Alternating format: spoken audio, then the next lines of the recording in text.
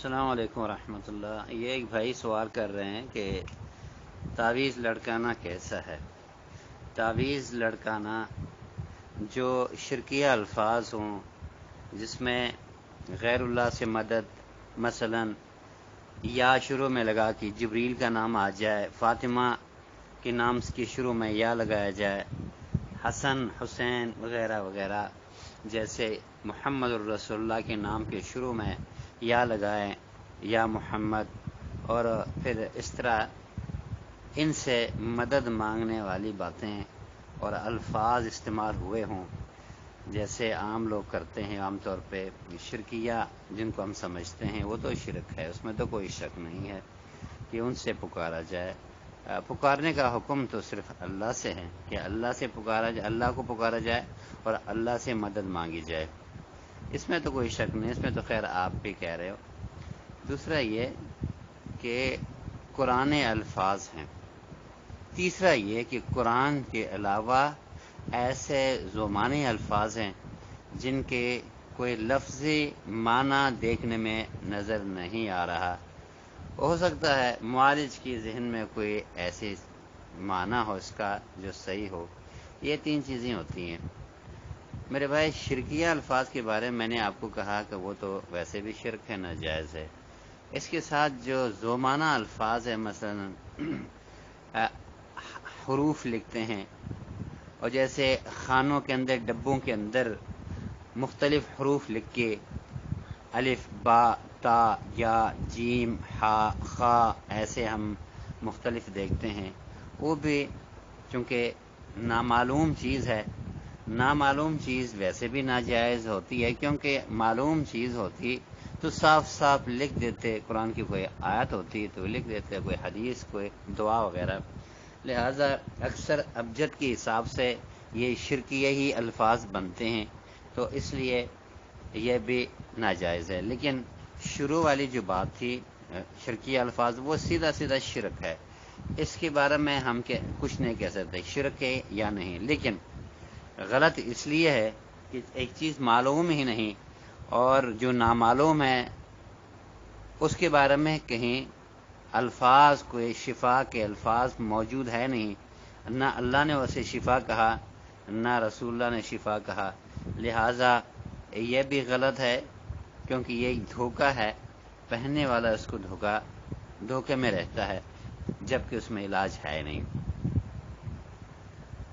تیسرا یہ کہ قرآن پاک کے آیات ہوں، قرآن کے الفاظ ہوں، وہ بھی کبھی الفاظ کو الٹے لکھتے ہیں، کبھی سیدھا لکھتے ہیں، کبھی آیت کو مکمل نہیں، نامکمل آیت ہوتا ہے، کبھی قرآن پاک کے کچھ الفاظ ایسے ہوتے ہیں جن کا کوئی معنی نہیں بنتا جب تک دوسرے کے ساتھ پورا جملہ نہ بنے، مکمل جملہ کو ملا کر بھی نہیں لکھتے، اس طرح بھی کرتے ہیں۔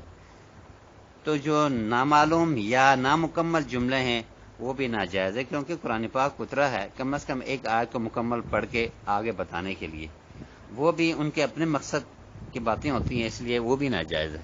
لیکن مکمل اگر آیت بندہ لکھے، جیسے آیت الکرسی مکمل لکھ کے لٹکا دے، اس کے بارے میں آپ کیا کہیں گے؟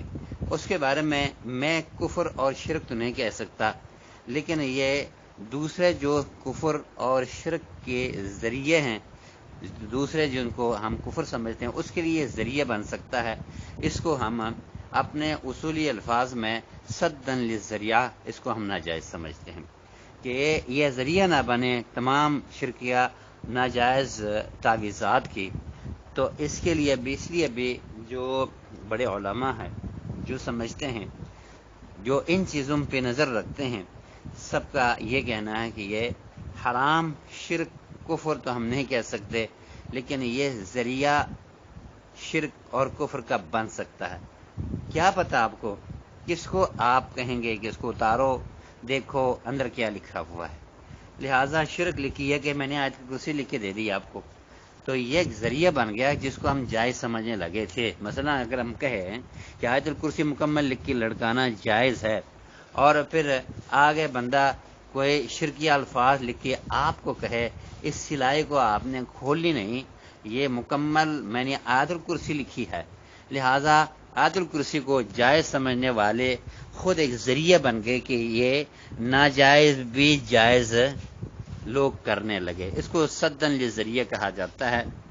یہ بھی ٹھیک نہیں ہے. ایک اور میں جو اکثر سوال کے جواب میں کہتا ہوتا ہوں وہ یہ ہے کہ قرآن پاک لوگ لکھتے ہیں لیکن آیت الٹی ہوتی ہے. اللہ تعالیٰ نے قرآن پاک کی آیتوں کو الٹی رکھنے کے لیے نہیں نازل فرمایا اور ان کو اس طرح لکھ کے کوئی اپنے مقاصد ہوتے ہیں جو پورے کر رہے ہوتے ہیں.